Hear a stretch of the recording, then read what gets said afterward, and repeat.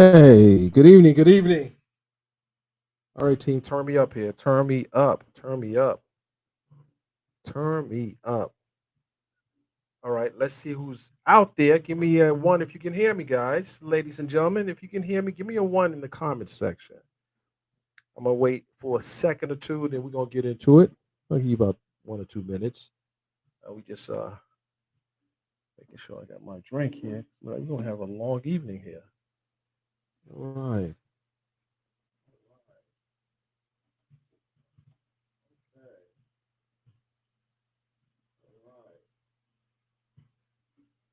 Oh no, we don't want that.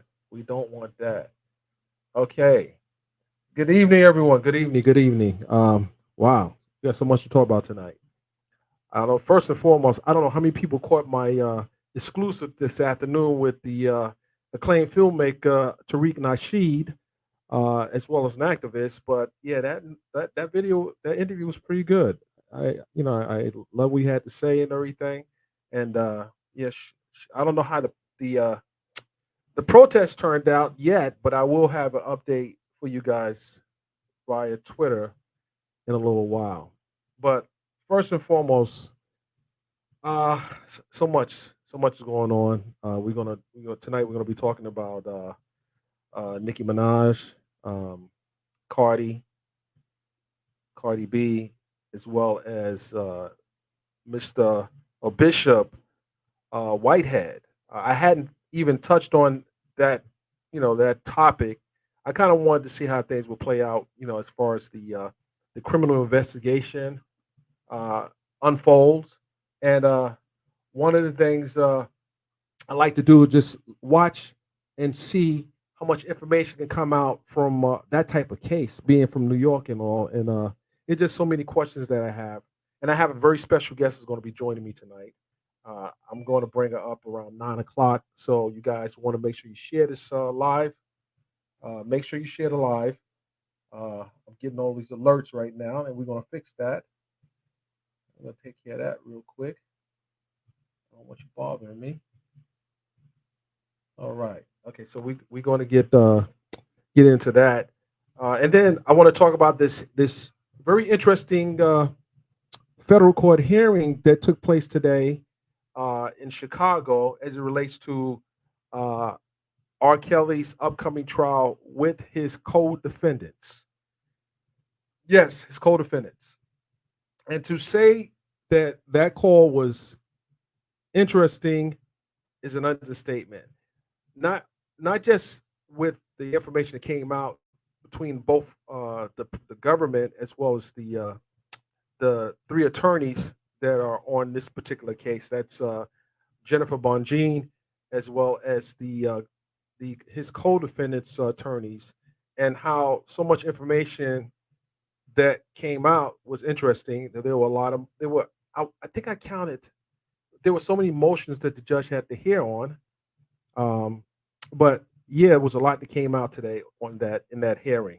And I also want to apologize if I offended anyone when I had tweeted that the judge said he had an issue with hearing.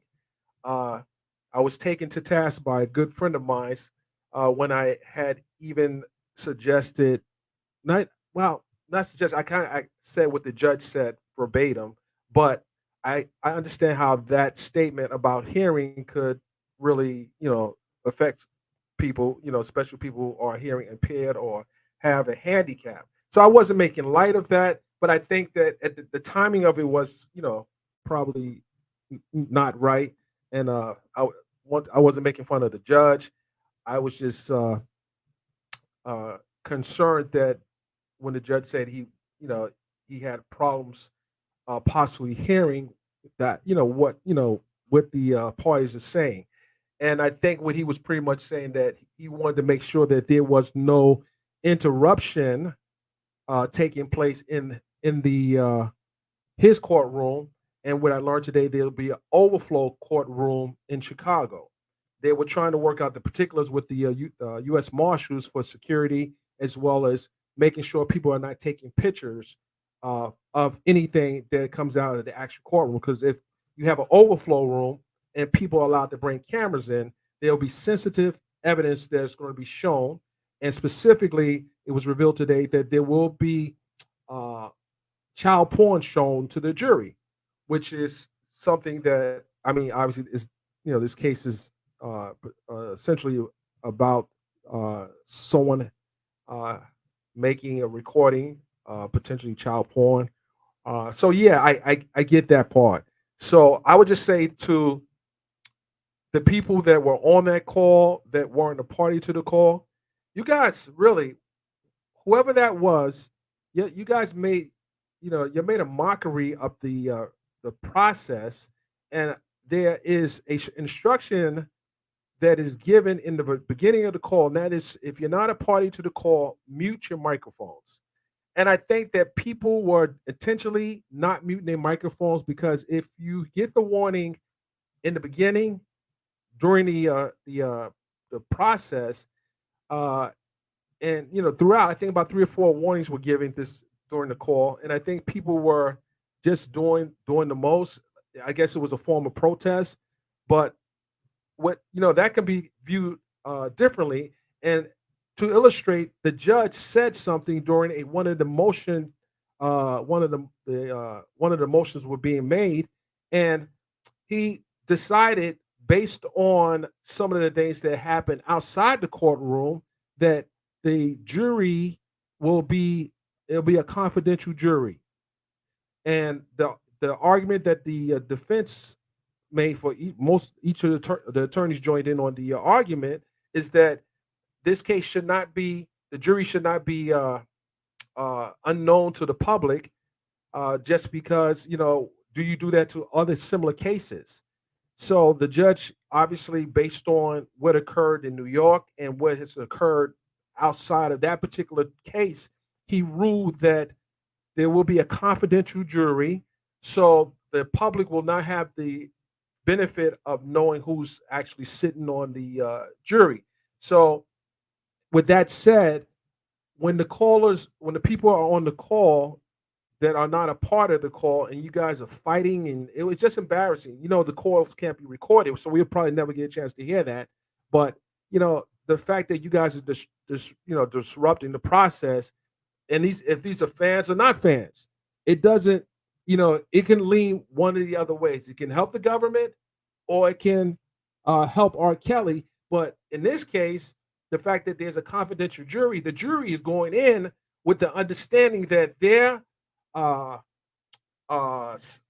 identities are being held from the public for good reason, and they usually don't take that type of.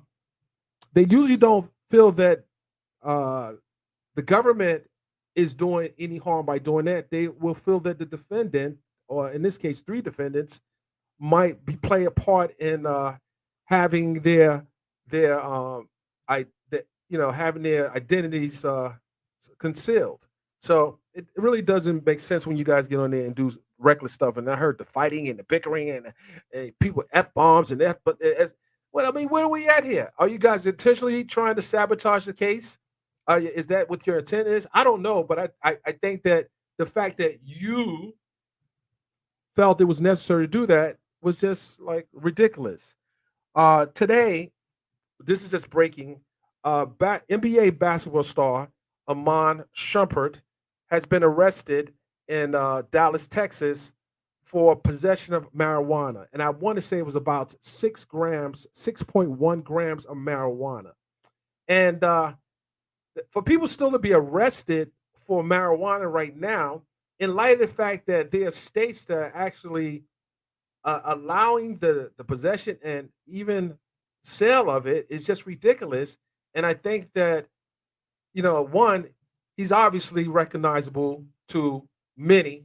He's a high profile NBA player, and police do have discretion in making arrests. And I would like to know, how many people do they actually let through with marijuana that don't look like me? And when you say, don't make this a black or white thing, I have to look at the way people are being prosecuted of color, and then look at the people that are making a sizable profit that don't look like me, who's selling weed, who is actually own dispensaries.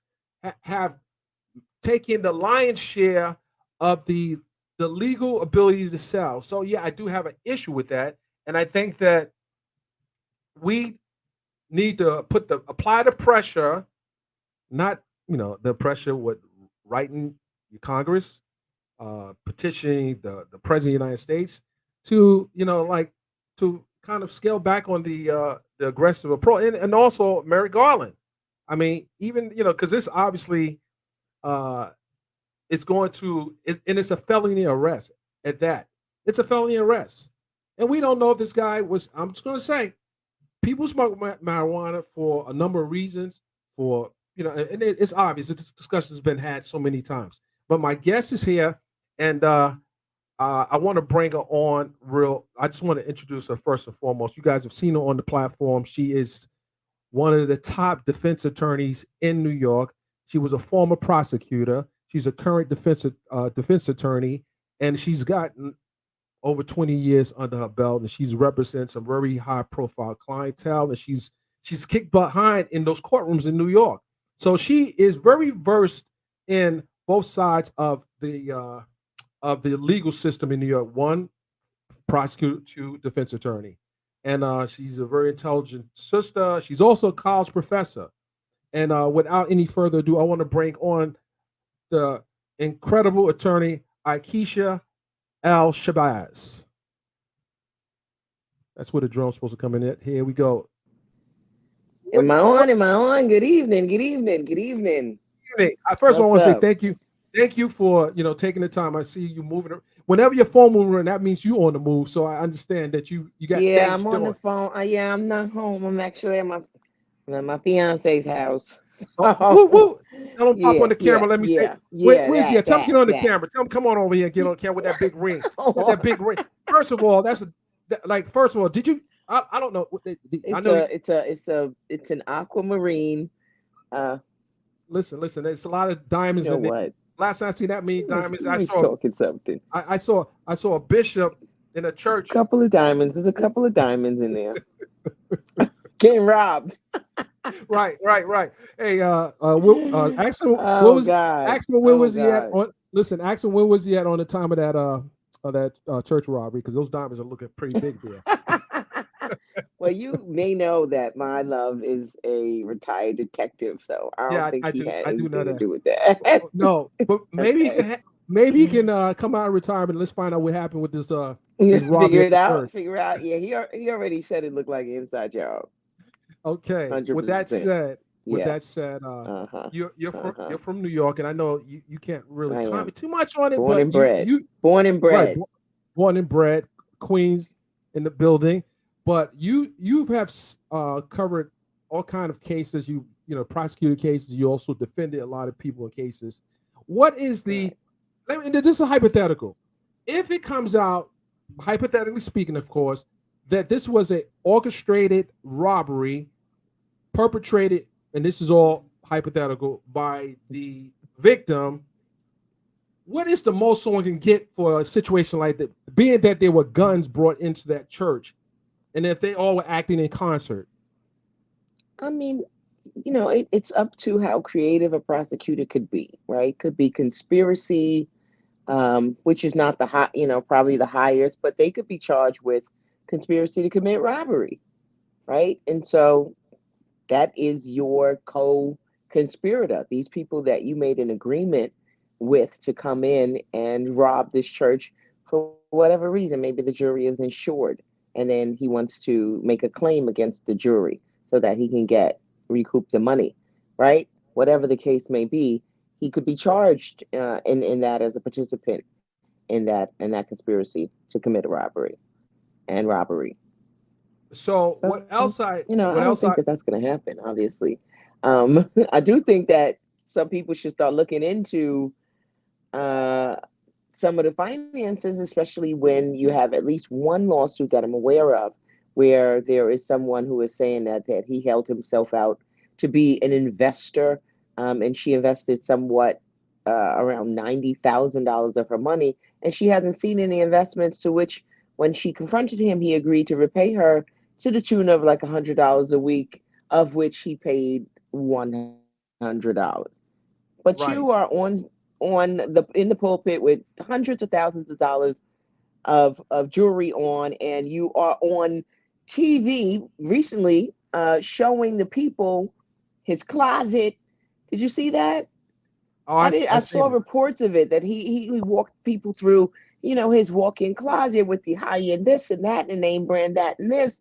And so you certainly should have paid this woman back her $90,000 by now. So something sounds a little untoward, in my opinion. Maybe Letitia James might want to look into what's happening with him. um, Well, I want maybe to. the Attorney I want. General. I want to Maybe. drill. I want to Go ahead.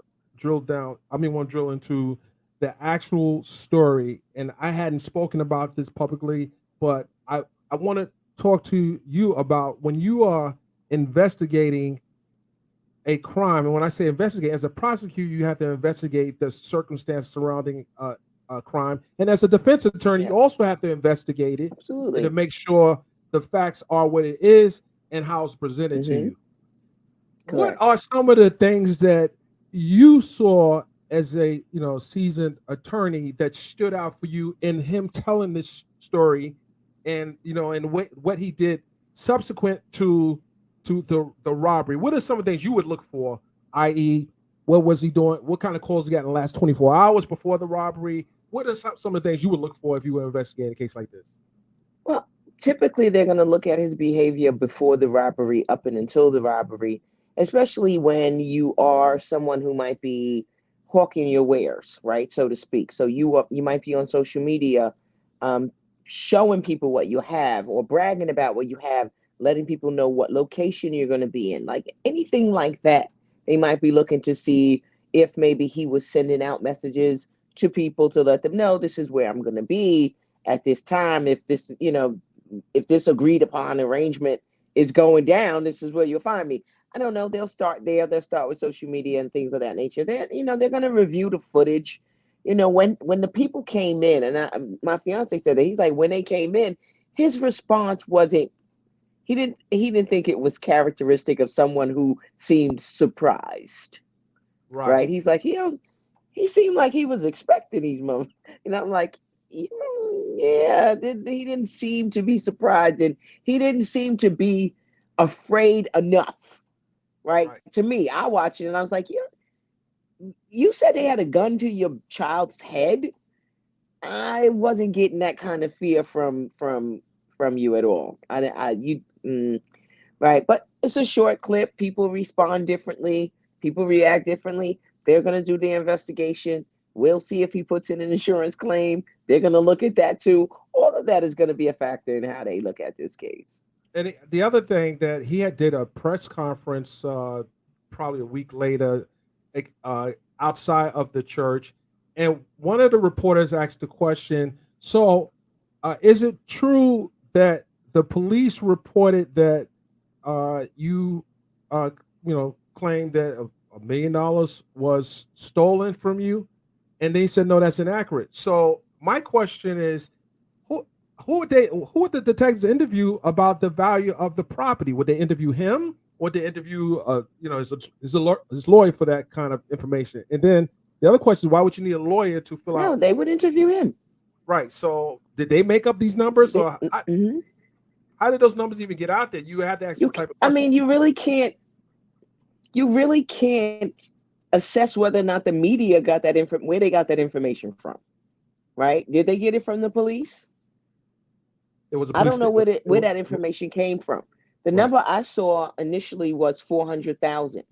Right. Right, he had $400,000 worth of jewelry and whatnot on him, and then shortly after that, it was $1 million. So anytime these things happen, they get reported. It's different outlets reporting. Who knows what sources they're listening to? But at the end of the day, it's going to be what he is telling the police, what he is saying the value of these items are, Okay. And not lastly, anybody else. Yeah. last thing on that subject is it common for anyone, and this is a detective question, or might be, or a street question. This is not, Do oh, I you have need to to be a go get detective. him? No, Oh no, my listen, listen, God. listen, listen. Yeah, go if it, listen, Hey! Listen, he's in retirement. He can answer a question I like this. got top questions. We got 5050 questions. 12. 12. What other? Fuck like Listen, fuck. we, Fuck we we got 12. we got a few names. So, but if you can respond to retired detective, you want to get on I camera. don't think But he can hear me. I'm in the back. okay, I don't okay. think he can hear me. Then he might have did some UC work. So we don't He I don't know if you want to get on camera. he did not do any UC work. I was Okay, a prosecutor when he was a detective. okay. So okay, all right. We met all those years ago, and then we re-met.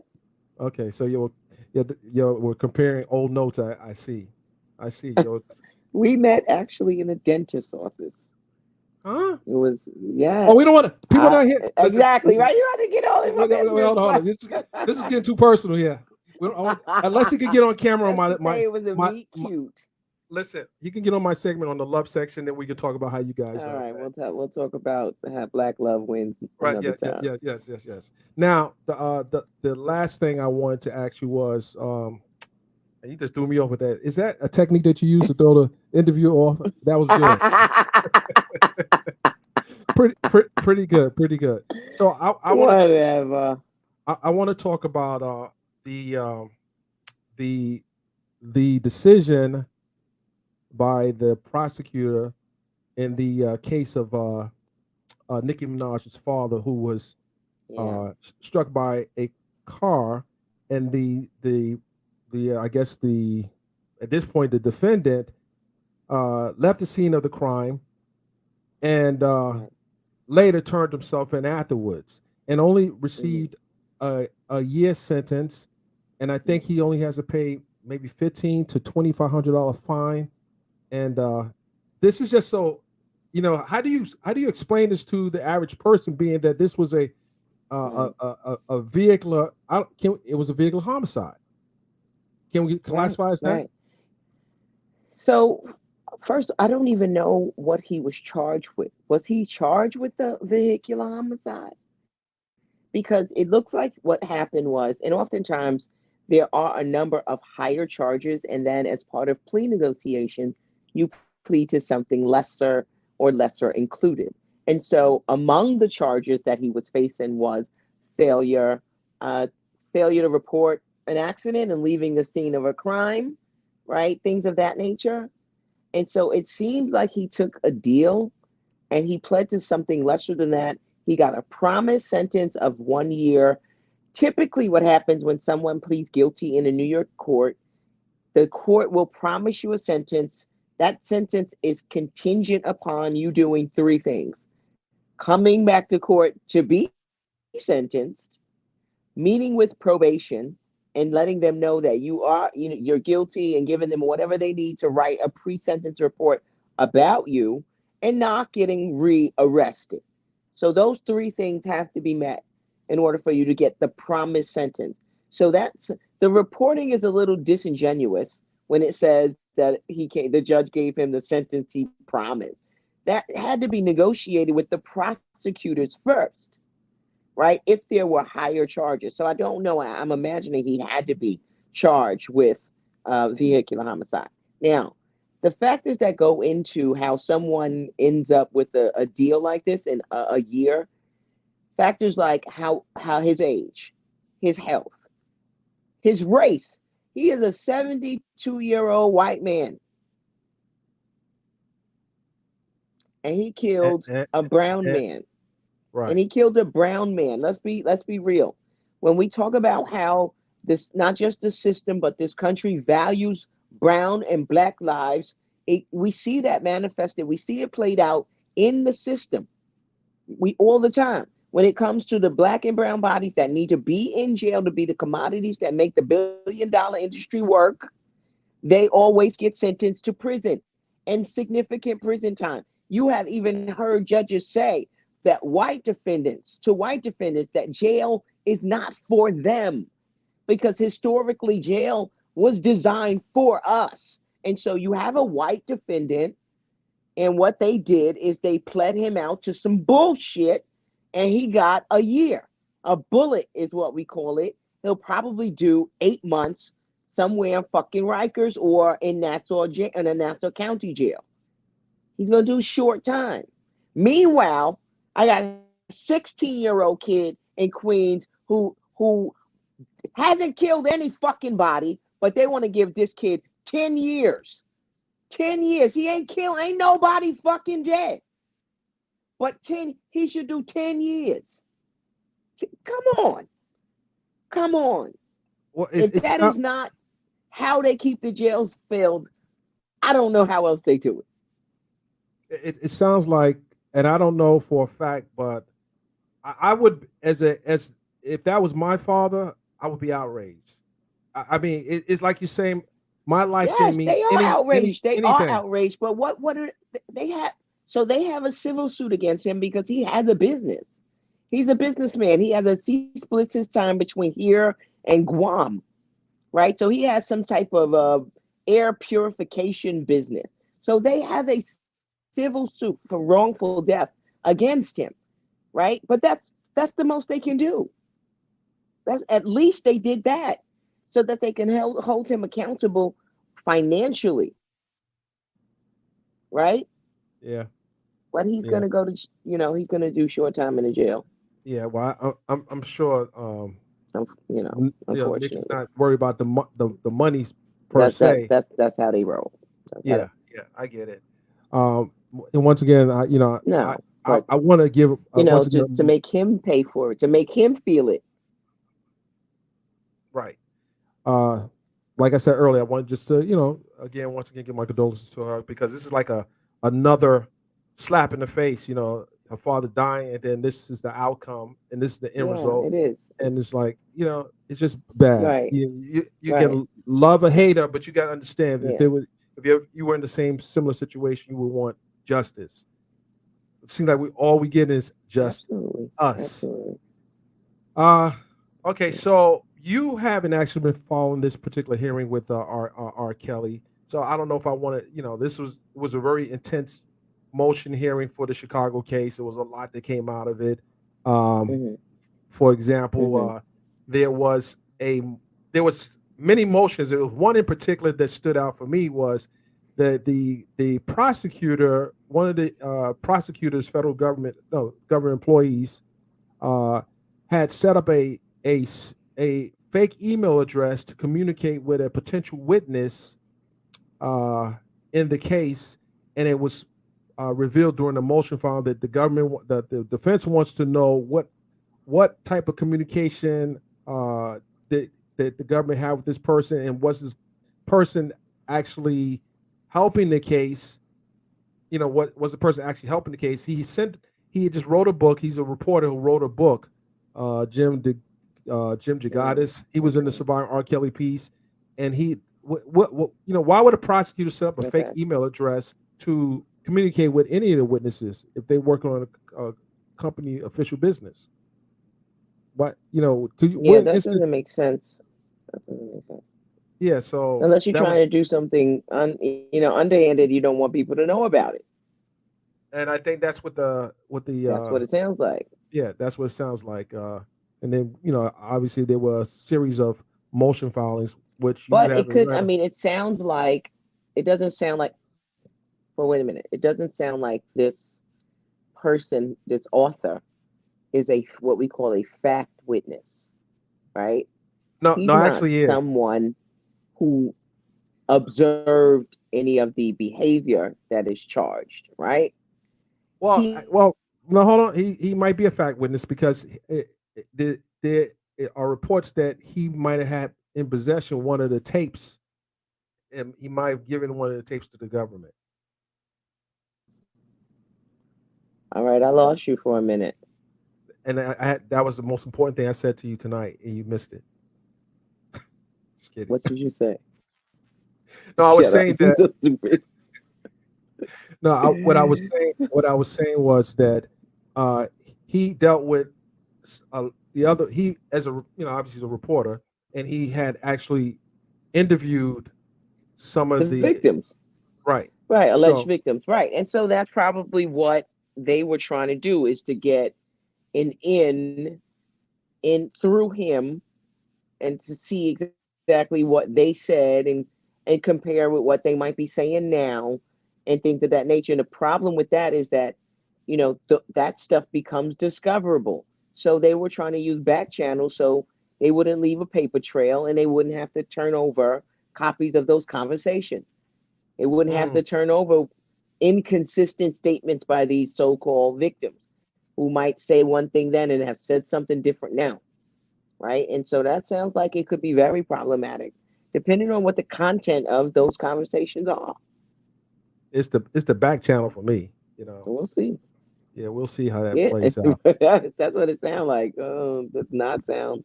That doesn't sound legit at all. Because the government, they have so many different resources available if they want to set up a private channel. It doesn't have to be fake, right? It would still be a government channel, but it would be secure. It'd be some sort of SharePoint shit or something that you had a password or passcode for. I've done shit like that with the government where they've created specific just portals for just you, right? They can do it as a fucking government. Right, So right. that doesn't make sense. Why would they have to create a fake account unless they were trying to circumvent the rules of discovery? That's what it sounds like to me. And if that proves to be true, and obviously moving, going down the road, then the next I question would be, mean, just say this is all hypothetical. right, what's the remedy? Right. So then when there is something like that happens, the court has to fashion a remedy, right? So what is the appropriate and proper remedy? More likely than not, it would be sanctions on the government. I doubt the court would take the extreme remedy and dismiss the charges. I don't think that's the remedy that the court would think would be appropriate. But they might sanction the government, right? They And might fine them. They might preclude they might preclude certain evidence. They might preclude certain witnesses, right? So, say for instance, there's information about a particular witness in the conversations in that back channel, uh, you know, discussion involved some of the witnesses that the government might want to call. Well, the judge might say, well, you know what? I'm not going to let you call any of those people. I'm going to let you call. You got to find another way to make your case. You can't use those victims. mm, Obviously, all this is hypothetical, and depending on what you know the, that discovery reveals, the court can fashion whatever sanction it deems appropriate. Right. So those are just suggestions as to what sometimes happens. Preclusion, sanctions, things of that nature, but not dismissal. That's usually not what happens. right, and because I of the hate type this of fucking camera. yeah, based on the type of case it Yeah. is, I don't think it would be a dismissal. But then, if this is, and there were other motions that would is questioning the way the game is being played. Um, and I would just let you look at the motions. I don't want you commenting on motions that you haven't read yourself. So I'm gonna just come back revisit this a later date. But I want to say thank you for coming on. I Yeah. appreciate it. We'll come back there. We'll circle back. We'll circle back. Yes. Maybe Thank you for having me. I haven't been maybe on in a while. Got to get back on here. I will. right. Maybe we Yeah. can bring on We'll do it the, again. the Detective Shabazz on too. Oh, no, no, no, not actually. You take his name, but excuse me. Yes. No, no. That is my ex-husband's name. Lord, he's trying to jam me all up, huh? Thank you, Good thank, night, Dennis thank you, Byron. thank you, Thank you for thank you. having me. I Take care, appreciate you. y'all. Be Thank you one. very much. Yes, yes. All All right, guys. See, I almost put her in a pickle. I almost put her in a pickle for a second, but yeah. So you know, what I wanted to say was that if these type of things are proven to be true and the government is playing unfair, yeah, it does chisel away the strength of the case, depending on how many of these type of mistakes or nefarious things are being done. And not to say that they're nefarious until it's actually being sanctioned and ruled by the court. But in any event, um, we have to see that it plays out. Okay, who do we talked about the bishop? We talked about Nicki Minaj. We talked about the basketball player, and last but not least, and this is going to be really quick. So today, rap superstar Cardi B had the internet on fire with one tweet, and that's usually how it happens with Cardi. So the tweet was, Cardi B is coming. So people were speculating, where is Cardi B? First of all, before I go into this, hold on. I need you guys, you're here watching. I need you to hit the like button, the share button. I will get the likes up first. We got before we go into this, get the likes up. We're not. We're gonna be right here waiting for you guys to get the likes up. I need to get the likes up, guys. But in any event, since you guys are not getting likes up, this is what we're gonna do. There's speculation that Cardi's about to drop an album. That's what the consensus is. She's about to drop an album, and I'm looking forward to her dropping the album. And I've actually reached out to her to get the 411. And I would tell you guys, this is very important. This is very important. Cardi B is coming. I would just say Cardi B is coming. Cardi B is coming. And I'm looking forward to it. I'm looking forward to when she arrives and when when she reveals what's going down. I'm so looking forward to it. And I would say that um, just listen to some of the music that she's dropped leading up to when she uh, finally arrives with the bigger project. I'm here for it, and I'm sure a lot of you are as well. So let's keep hitting Cardi up. Cardi, let people know when is the date you're coming. People are waiting for you to come. We want to know when you're coming.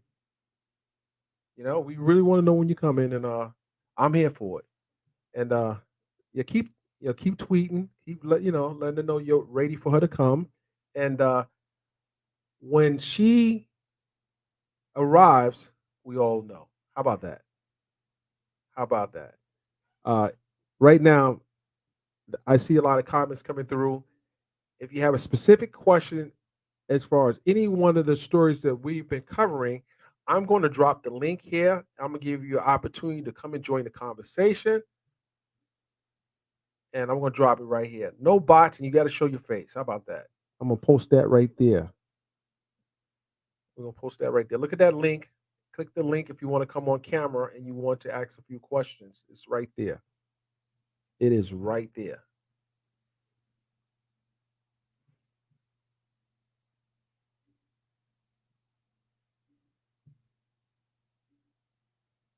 Sorry, guys. We're gonna get him out of here. Okay, you're doing the most right now. Let me get you out of here too. Put you on the just blocking you right now. How about that? I'm blocking you right there. We got the bots coming in. I don't know who sent you, but we are here for it. We're doing a block party right now.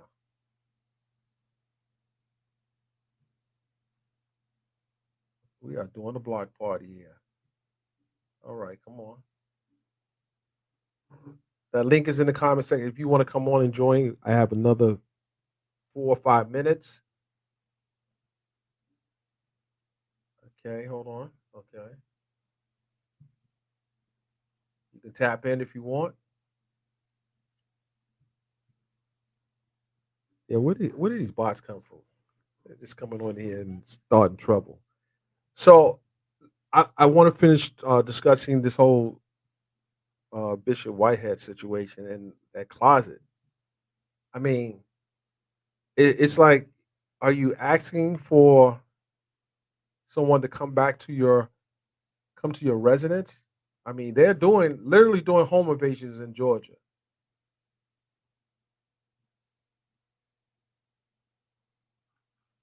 Nick, if you want to come on and ask the question, come on. Hit the like button, whatever you need to do, Nick, if you want to come up here. Uh, but listen, when you have a closet like that, and I think his home was in Jersey, but when you have a closet like that and you're getting on social media, it's like, how do you take someone serious when they're showing you their closet, their prayer closet, and the people that are coming to you for guidance is it's not probably have a fraction of what you have. It's just kind of crazy.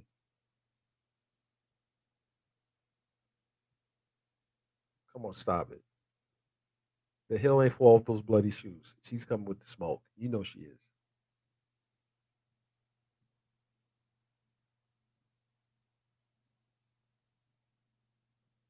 No, listen, listen. This is important. Um, I don't know if that was for me, but I ain't never said I don't like Nikki, so I don't want that to be mistaken. Don't ever. I've never said that, and I don't think anyone's ever heard me say that. Um, I watched her come up in the game, like I watched a lot of the female rappers come up in the game, from Missy to MC Light to Lil Kim to Roxanne Shante, all the female rappers. I've had an opportunity to talk to them, interview them one time or another. So you're never going to put me in the middle of that. I'm not doing that. I don't know who's putting two women against you, but let me just say this. Let me say this. What happened to um, Nikki's family is a tragedy and it's an insult and it's sad, and I get it based on what Attorney Shabazz stated. But the fact of the matter is, when you're 72, you should know better and to leave the scene of a crime. You should know better than anyone, you know, because you had the ability just to stay there. And I heard people saying, "Well, he turned himself in." You wouldn't have to turn yourself in if you stayed there and wait for the police to come. And what if he was alive and you could have saved him? So, at what point do you not be held accountable, and not a 6 month driver's license suspension, a year in jail, and paying a meager fine? No, but like she said, there'll be a lawsuit. Uh, be a lawsuit. There'll be a lawsuit. You're never going to be able to bring that person back. But I get it.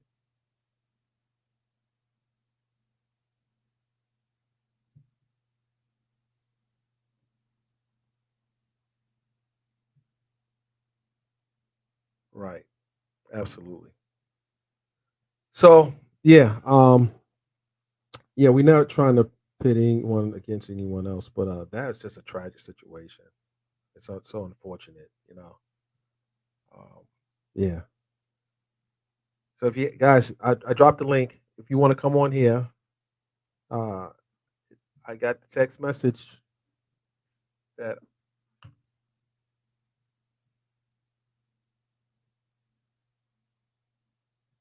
I have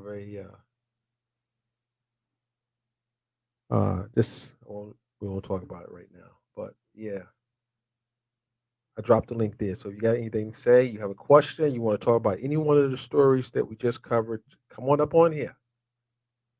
I bring people up. I have no problem with it. If you get reckless, you get that censor button.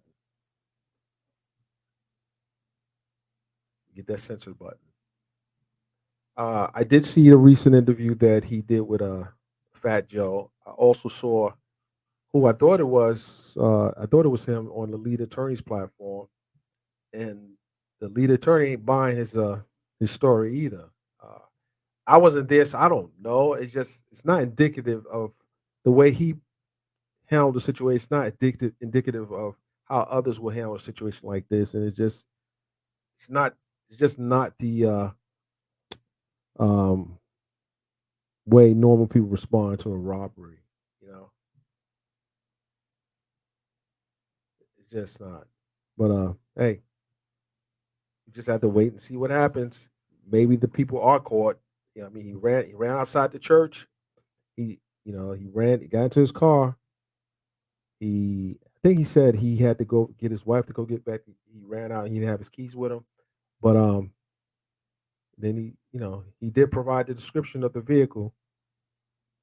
He provided the description of the vehicle. Was there anyone else who provided the same description of the vehicle? Um,